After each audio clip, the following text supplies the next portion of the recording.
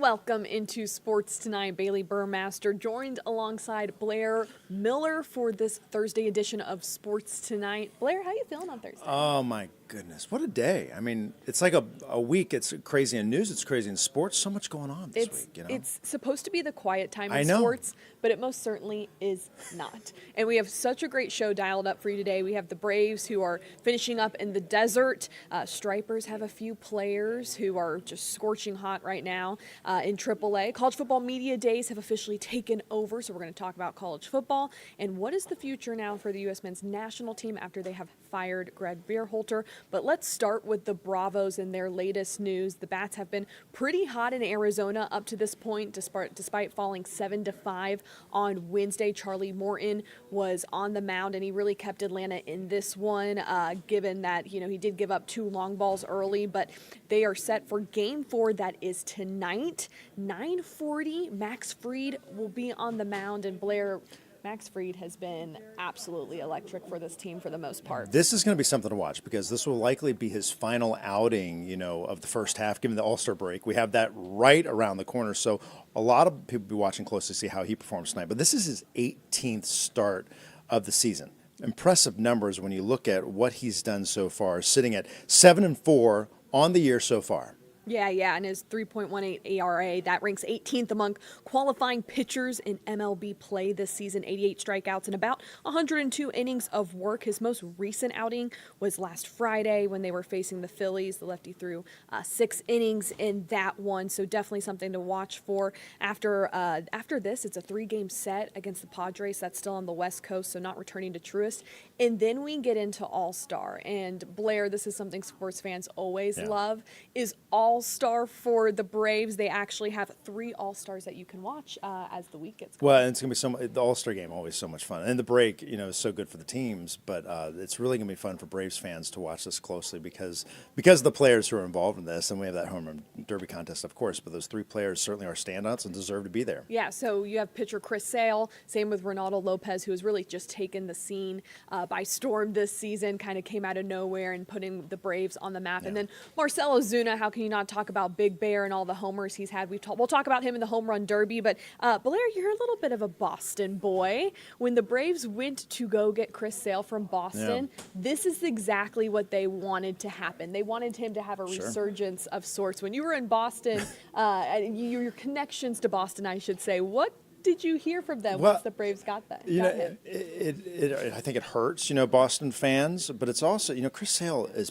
polarizing, has always been polarizing for Red Sox fans because he was great, wildly talented, so good at what he does, but at the same time he had so many injuries, while he was playing for the Sox, and so it was really hard. Fans would get frustrated with him, but loved him at the same time. He was with the Sox for 7 years and certainly played a role, getting him the World Series and everything. But now we see what's happening here in Atlanta. Braves fans love him. Right? Right? I bet some Sox, the Sox team may be saying, "Hey, wish we had him right now." Well, it's funny, Fred and Weather. Oh yeah, he's a Boston boy. Hurts. He said it would have been nice if he was doing that when he was there. But I think that's the beauty of new beginnings. But let's talk about this home run derby. Everyone loves to talk about the home run derby when we get around to. Oh, it's a blast. Pete Alonso, man, he's just.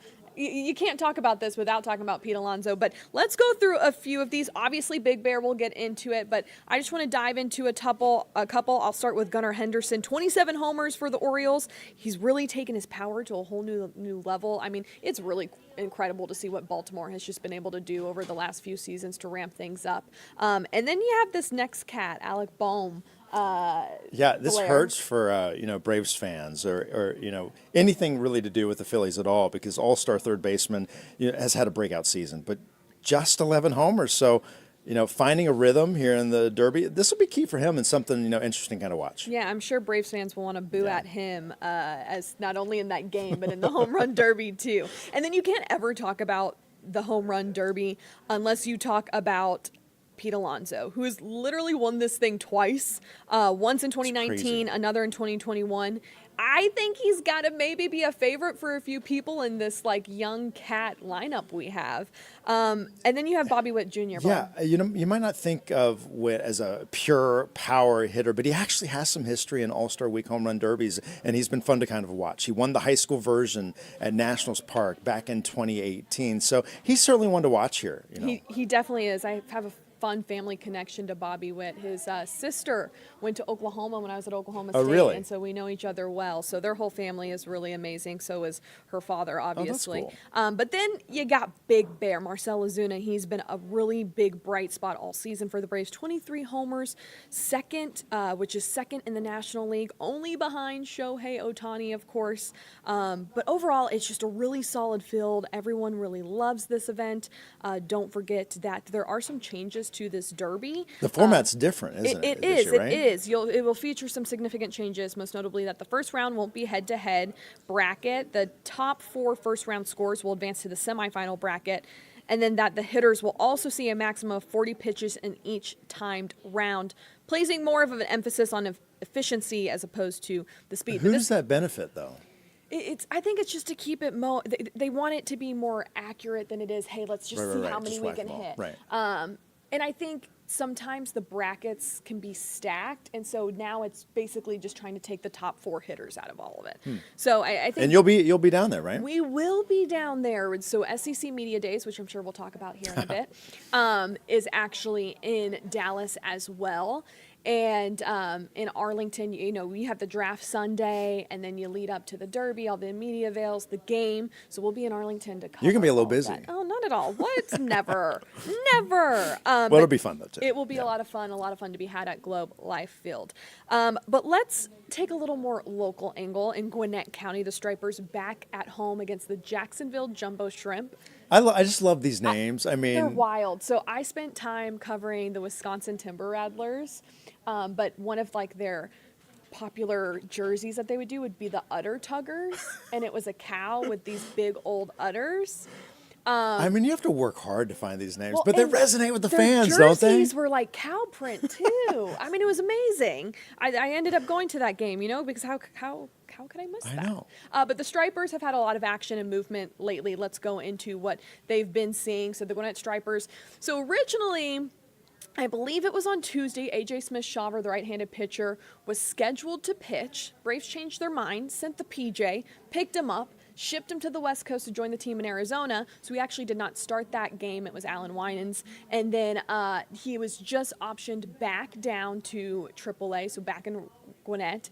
They recalled left-handed pitcher Dylan Lee and then outrighted J.P. Martinez, the outfielder. So that's a lot more moves than normal, though, right? Yeah, and they're doing this there's a lot of injuries they're dealing with. They're trying to make sure they keep people and move people to the right places so they can keep everything intact and have a plan. Smith-Shawver, everyone's looking at him as the guy that will hit that 5th rotation spot, but he's coming back from a grade 2 oblique strain. So they want to ease him back into it, don't want to necessarily throw him back into things too quickly. So we'll have to see how he progresses. I'm assuming he will have a AAA rehab assignment here in the very near future. But we did spend some time over there. Obviously, the Stripers, a Peachtree Sports Network, a PSN partner, and so we love to spend time with them. A lot of young talent. We got the opportunity to talk to Drake Baldwin, Nacho Alvarez Jr., and Darius Vines about a plethora of things. Someone you want to take note in is Drake Baldwin. He's a catcher who will actually be in Arlington as a participant in that 2024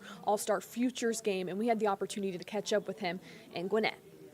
I mean, it's incredible just seeing the amount of people who have done it before me and seeing how big of names they are, being able to be on a list with them and being able to play in that game is awesome. Yeah. What do you take away from your game this season? Where do you feel you just have progressed the most? Just a lot of experience. I mean, just playing more baseball games with it still being, I guess, pretty early in my pro baseball career, with it being my second full season. Just learning new things, experiencing new things that happen in the game, like late inning scenarios and all that, and just being more comfortable with those, like late inning at-bats and stuff, just feeling more comfortable with them, not feeling as nervous, and being able to handle my emotions and what I'm thinking about and thinking about the right things at the right time has really helped me succeed in those moments and I guess have the year I've had so far. How do you gain that comfortability just making the jump from 2A to double or triple A and just see the game better? The huge thing has been just being around these teammates. I mean, all these guys, most of the guys have played in the big leagues, and I mean the amount of knowledge they have. I've been asking them a ton of questions and just seeing how they take care of themselves on the field, off the field, all the extra stuff they do to be prepared for the games, and then how they deal with failures, how they deal with successes. They're all pretty level-headed, and I've learned a lot from that, and just being around them has made me a much better baseball player. And then being from Wisconsin, hockey obviously kind of plays a part. How does that kind of play a part with the catching as well you're doing now? I guess it makes me a little tougher. A lot of people say that. I got hit by a lot of pucks when I was younger, I guess, so just kind of sticking in there. When you have to make a big block or something, and then being able to reset and call the next pitch and be ready for that, even when there might be some pain. I mean, just playing team sports, being able to communicate with the pitchers, communicate with different types of people has been huge as well. And then kind of speaking about pitchers, we know like kind of a little bit of the weakness last year was the left-handed pitchers and how you made that a strength this year. Can you kind of talk about the development and the things kind of done to turn a weakness into a strength? Hitting wise? Yeah. Hitting wise? I mean, just practicing it in the off season, being able to kind of make some minor adjustments to the swing to be able to be more over the plate, more through the ball with those left-handed pitchers and not bailing on left-handed spins. So that's helped me a lot. Yeah. And then, this is going to be a pretty big game, but you've known some future, some all-stars in Murphy and Darnell. Kind of how have they help you prepare for not just the game you're about to play, but what you do all the time? Yeah, I got to get to know them pretty well in spring training and just seeing how they do everything on a day-to-day basis. Just having fun with the game, but being prepared for it. So just kind of taking every day, day by day, staying in the current moment and making every at-bat matter, making every pitch matter. Every time I call a pitch, making everything matter. And once you do that, I think it really helps have your whole game come together. Yeah. And then we're talking about this moment, but moment before you were drafted by the Braves and now you're one of their top 15 prospects. What does that mean to have the organization still have their eyes on you? It's awesome. I mean, this organization has been great to me ever since I got in. And with that Darno thing, he texted me probably 30 minutes after I got drafted, welcoming me into the organization. So it's felt like home since I got here, and it makes it a lot easier to play well when all the coaches are rooting for you and everyone's on your side. So still being up there and as a guy that hopefully they're looking at in the future is definitely a cool feeling because it's what everyone dreams of. Gotcha. And then, a lot of minor league players dream of that futures game. Is there anything you're looking forward to, anything you really want to achieve in that game? Just going out there and having fun. I mean, I know a lot of the coaches are big-time people, and I know a lot of the names who are on my team and the AL team as well. So getting to know all of them and just getting to meet them, I think is really cool because I know a lot of the names, even though I haven't got to play against all of them. Have any random connections to Arlington or the Dallas area? I don't have any random connections. I have a couple buddies that live there. Kid I went to college with, a couple of them, so I have some family coming down, so I'll get to see them during the game, which I'm excited about, and they're excited to watch that game and see everything that has to go along with it. Just how would you evaluate your game up to this point of the season? It's been a little roller coaster up and down, but they say it's not about how you start, it's about how you finish. So I just feel like in the past couple weeks, it's definitely been on a good, I would say, good slope up. So we're definitely trending. And that's all it's about. It's just getting out here, getting better. Heard a quote from Christian Yelich the other day talking about you can't have a bad year in a month. So, just stack them up and just keep it going. How hard is it in AAA to kind of ride that wave mentally and refine that confidence to get back on that slope you talk about? It's definitely, I would say it's a little tough, but it makes it a little easier just because you're around a bunch of guys and a bunch of veterans that just kind of get it and they know what it takes to get back up there, and you're never too down on yourself just because you're usually here having a good time and getting better while doing it. But I would say, this is a tough league, and you're right there. So just being able to stick with it and just trust your stuff and trust what got you up there, just to stick with it and continue to do it. Consistency is key. How much do coaches, whether it's Tex or Mike, just help you with that transition and keeping you, leveled to where you can feel like you find that groove again? They definitely know how to keep a good vibe down here and keep it light, but not too light. They definitely are always there to help. Anytime you want to, talk to them during game, and there's times during the game where there's a pitch or a certain sequence, and you'll talk to him and be like, "Oh, is this a good one?" And this Texas is a pitching guy, so he's always there for you. And Mike, same. He's always there, willing to. He wants to see you do the best you can. So I would say just them being there, and they show up on a consistent basis, which helps a lot. From an outside world, everyone wants to talk about the pitching within the Braves and this AAA team here with the Stripers, but what do you make of it? I mean, how do you evaluate the talent that is this group? This team is really good. We got a lot of big league arms, big league ready guys, and, I would say just iron sharpens iron, just coming out here every day, if you say you throw later in the week, just seeing these guys' success throughout the week, certain pitches, just being able to watch here and see like, oh, maybe this will work, maybe that will work.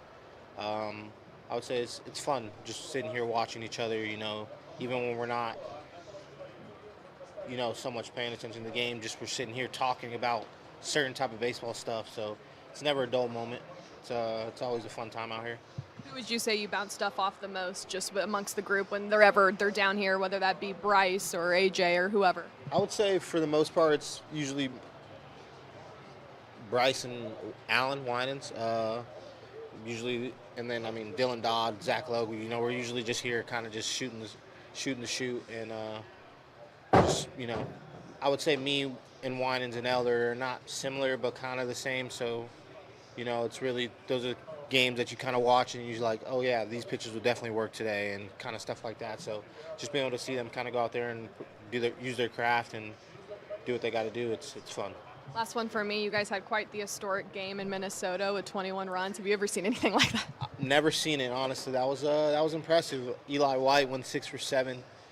I was I was excited. It was cool. It was definitely something I'd never seen before. But man, it was a long game. But definitely, I love winning, and definitely seeing these guys, all the hard work they put in, definitely kind of just comes to fruition. And the Stripers are kind of putting it together. Starters, just talk to me how you feel like this season has progressed for you so far. Kind of feels surreal, honestly. Making the jump from AA to AAA, it's just cool being around older guys. They've kind of taken me under their wing, and they kind of not teach me how to play the right way, but just every day that they feel like they need to tell me something or something that they feel like they could help me with, they're always on me with it, and I really appreciate them for just honestly taking me under their wing. With making that jump, what do you feel has been the biggest, I don't want to say learning curve, but just adjustment for you? Nothing really. It's just I've always looked at it. It's still the same game for me. Doesn't matter what level I'm at. I just try to not make it too big, and at the end of the day, we're just playing baseball. It's still a kid's game, and I'm going to keep looking at it that way, so that's pretty much all it is. You talk about some of the guys and learning the game from them. What's some of the advice you've gotten that you feel has really helped propel your game? Just some of the, like when I'm hitting, it's some plus counts, when it's time to go and when it's time to just play the game the right way, when there's a runner on second, whether to move them over or stuff like that. Like just having those guys around, it's good to have them around just to teach you small little things like that, or when to when they feel like you didn't run the ball out hard enough, they're gonna let you know, and it's good to have guys like that around. What's the biggest difference in coaching you feel now that you're in AAA and you have guys like Tex coaching you up and whatnot? What are the things you feel that are different? Tex is just a great guy. It's pretty sick being around him every day. He's always on us, and he expects nothing but perfection, which is what we all expect. And it's good to have somebody like that, just to have me, he's basically the infield coach, and he's the one kind of guiding me in the right direction. On top of that, what do you feel offensively? You've been hitting pretty well. That's just clicked. I just think I'm swinging at better pitches, and I mean, I made a swing adjustment with our hitting coordinator, and honestly, having Dan here, it's good. He's been in the big leagues. He knows what it takes. Like, he's been around a really good team in the Rays the last few years, and they just having Dano around, it's like he just instills so much confidence in you where, like, it doesn't matter if an alien's on the mound throwing a million, he's gonna say I'm better than him. So just going up there with, like, having the confidence in the coaches and, I mean, confidence in myself, it's being around these guys, it's good.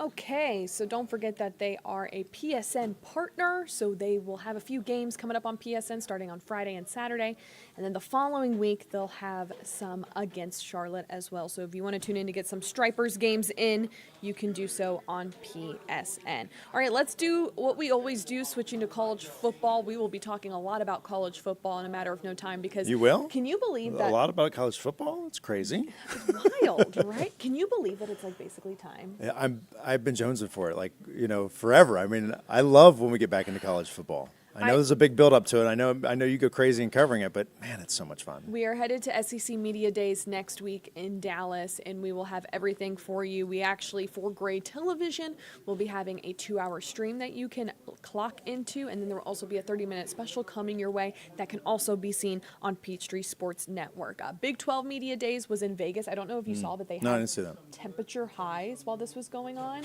I covered the Big 12 at one point. I had a lot of friends that were there. Yeah, like 114 or something crazy. 117. Wow. And they were like, there was ground stoppage at the airport even. Oh, that's insane. Insane. Wild. So be glad you weren't covering that. Correct. I would be sweating and lip sweat and pulling it back into a ponytail, anything to save myself. But yeah, this is the first time that the event will be held in Texas, 4th time overall that it's taken place outside of Birmingham, Alabama. Last year it was in Nashville. So it is very different that this is taking place in Texas. Obviously, Sure. That is because the addition of OU Keeps it in interesting, Texas. doesn't it? Do you Yeah. think OU in Texas find some success in the SEC? I think it's going to be tough. I mean, both good programs obviously have great history, but I mean, the SEC is tough, and I think there's going to be a learning curve, for a couple of years. And it's like as much as I like to be critical of the SEC as a Big Ten guy, Yep. I get it. SEC has a lot of talent, and the programs are solid, and so it's not something to just jump into. It's not something you can just get into with ease Maybe I'm wrong. and win, have a winning Yeah. culture like. And that's the funny thing about OU in Texas. So OU used to be the dominant dog, Right. so to speak, in the Big 12. Then Lincoln Riley left for USC, and Brent Venables comes in, and they just don't have the winning formula that they're used to having. Then you have Texas, who the last couple, since Steve Sarkisian took over, he's really revamped them and given them a new image. They're still not the powerhouse they think they are, in my opinion. Sure. But I don't think the fans are going to settle for it. For 2 years of trudging through it, they're just not going to settle for that. So No, and the administrations have something closer around this than I think we expect. Correct. It will be very interesting to see how it all plays out. Some other storylines you'll want to pay attention to for SEC Media Days. Saban retired after the 2024 season, so how is that replacement going to go? You have a 12-team playoff effect in this year, and then transfer portal recruiting. You are an Ohio State fan. Yeah. What's your prediction for Ohio State before we go to some soccer? Well, I will be honest. I have a complete bias in all this, and I won't make any apologies. We for love it. that. Total bias. I think Ohio State's going to be here in Atlanta, for the national title game. Come on, how can they not be? Were you one of the people asking for Ryan Day's head? I was. After? No hesitation. No, yes. I absolutely was. But the team from up north is a whole different ballgame, So, Okay. 3 times in a row, that's bitter. I was one of those, call it weird or what. I was very upset after that last game. So, Okay.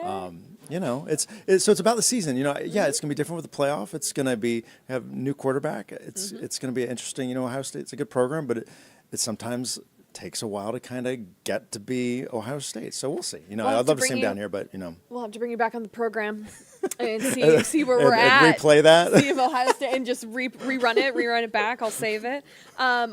before we get to what is on our mind for the day, let's talk about the U.S. men's national team.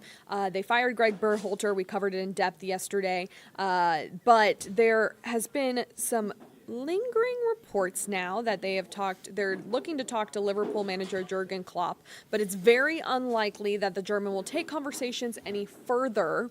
And that is according to ESPN. Klopp has been consistent in saying that he wants to take 12 months off from management after spending nearly 9 years with Liverpool. The source that talked to ESPN also said that Klopp may not manage again, and those concerns to begin to address just not even how much he would be worth, which is an 8-figure number. How much do you think that's going to impact, what happens over the next, whatever, I never thought 2 this years? man was going to be a realistic option. But this had to happen because you can't go into the 2026 World Cup Sure. with complacency. And it was a poor early exit out of Copa America that no one was happy about. Right. I don't think it was ever going to end in Berhalter's favor. So now you have to find someone who can change the tide eventually. But that's also hard. It looks a little bleak for me. Yeah, is there enough time? I hope they figure it out, Yeah. but who knows if 2 years Right. is enough time. Right. So this is the best part of the program, in my opinion. We get to talk about what is on your mind. I will start, ladies first, maybe. Absolutely. Bales. And I'm thinking because Blair Bear, Bales, Blair Bear, we need to quit with the nicknames. Yes. But Blair Bear, for those who don't know, is an amazing cook. I like to cook. It's my love language. And I for other love people. that. I reap the benefits of that love you. because I bully him into cooking for us sometimes. But top 3 things you love to cook or bake? I like to cook new things because I feel like I'm always making the same things over and over. So I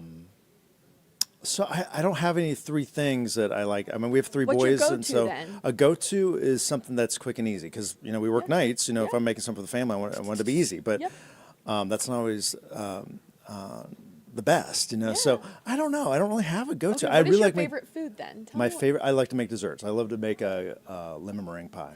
Is that That's kind of my Is that your favorite dessert? yeah. Okay. And I like to make it for like neighbors, like when someone moves in or You go walk over and you're yeah, like, hello, or we welcome. make homemade ice cream. And sometimes we make Ooh. homemade ice cream all the time. And What is your least favorite food?